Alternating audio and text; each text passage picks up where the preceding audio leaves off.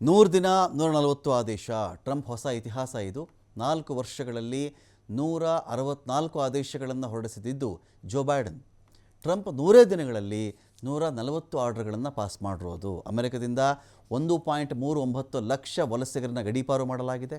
100 ದಿನಗಳಲ್ಲಿ 2.80 ಲಕ್ಷ ಸರ್ಕಾರಿ ಉದ್ಯೋಗ ಕಟ್ ಮಾಡಿದ್ದೇ ಇವರ ಸಾಧನೆ. ವೈರಿ ರಾಷ್ಟ್ರ ಚೀನಾದ ಮೇಲೆ 145% ಅಷ್ಟು ಸುಂಕ ಹೇರಿದ್ದು ಫ್ರಾಂಕ್ಲಿನ್ ಡಿ ರೂಸ್ವೆಲ್ಟ್ ಆಡಳಿತವನ್ನು ಟ್ರಂಪ್ ವೈಖರಿ ನೆನಪಿಸ್ತಾ ಇದೆ. ಇಲ್ಲಿ ಇಡೀ ಅಮೆರಿಕದ ಚಿತ್ರಣವನ್ನೇ ಟ್ರಂಪ್ ಬದಲಾಯಿಸಿರೋದು. ಪ್ರತಿ ಕ್ಷೇತ್ರದಲ್ಲಿಯೂ ಕೂಡ ಆಕ್ರಮಣಕಾರಿ ನಿರ್ಧಾರವನ್ನು ಕೈಗೊಂಡಿರೋದು ಟ್ರಂಪ್. ಮುಂದಿನ ದಿನಗಳಲ್ಲಿ ಇನ್ನೂ 5 ದೊಡ್ಡ ನಿರ್ಧಾರಗಳು ಆಗಬಹುದು ಅಂತ ಹೇಳಲಾಗ್ತಾ ಇದೆ. ಅಮೆರಿಕನ್ನರಿಗೆ ಆದಾಯ ತೆರಿಗೆ ಬ್ಯಾನ್ ಆಗಬಹುದು, ಇನ್ಕಮ್ ಟ್ಯಾಕ್ಸೇ ಇರಲ್ಲ ಅಮೆರಿಕದಲ್ಲಿ ಅಂತ. ವಿದೇಶಿ ವಿದ್ಯಾರ್ಥಿಗಳಿಗೆ ಪ್ರಾಯೋಗಿಕ ತರಗತಿ ರದ್ದು ಮಾಡೋದು, WTO ನ್ಯಾಟೋ ಸಂಸ್ಥೆಗಳಿಗೆ ಕೊಡ್ತಾ ಇರತಕ್ಕಂಥ ನಿಧಿಯನ್ನು ಕಡಿಮೆ ಮಾಡೋದು, ಔಷಧಿಗಳ ಬೆಲೆನ ಇಳಿಸೋದು, ಸ್ವಯಂ ಪ್ರೇರಣೆಯಿಂದ ದೇಶ ಬಿಡುವಂತೆ ವಲಸಿಗರ ಮೇಲೆ ಒತ್ತಡವನ್ನು ಹಾಕೋದು ಟ್ರಂಪ್ರ ಮುಂದಿನ 5 ಪ್ರಮುಖ ನಿರ್ಧಾರಗಳಲ್ಲಿ ಸೇರಿವೆ.